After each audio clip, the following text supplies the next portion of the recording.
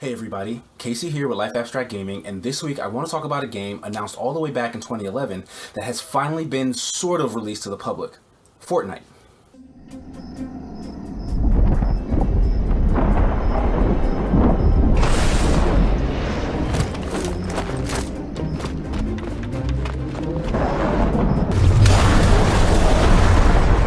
Looks like we're staying put. Right. All right, you two stick with me. Yes, ma'am. Let's get to work.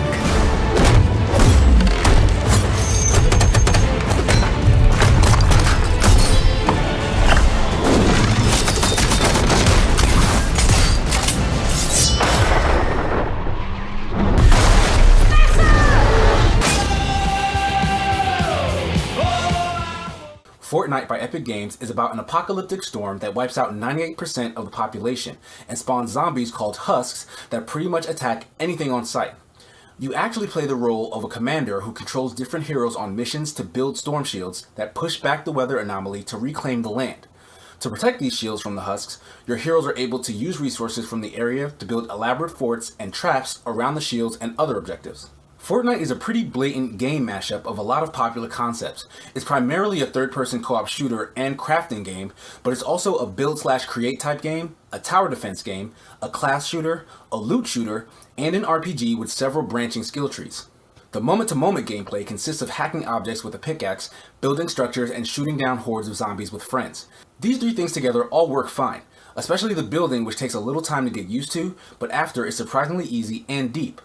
Though I do want to emphasize that this game is meant to be played with friends, because all of these actions, while fun on their own, do get repetitive, and you'll need the silly antics and banter from a group of close friends or just a fun party to distract you from things getting monotonous. The non-active half of the game consists of opening llama loot piñatas, leveling up heroes you've collected, filling out your skill trees, and micromanaging squads of AI-controlled defenders that you can deploy at your base to help out.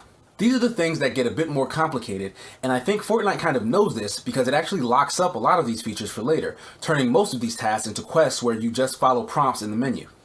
As a result, I feel like there's a lot of this game I'm just not really aware of, but at the same time, trying to unlock all these features by doing all the same stuff I've been doing is starting to wear thin.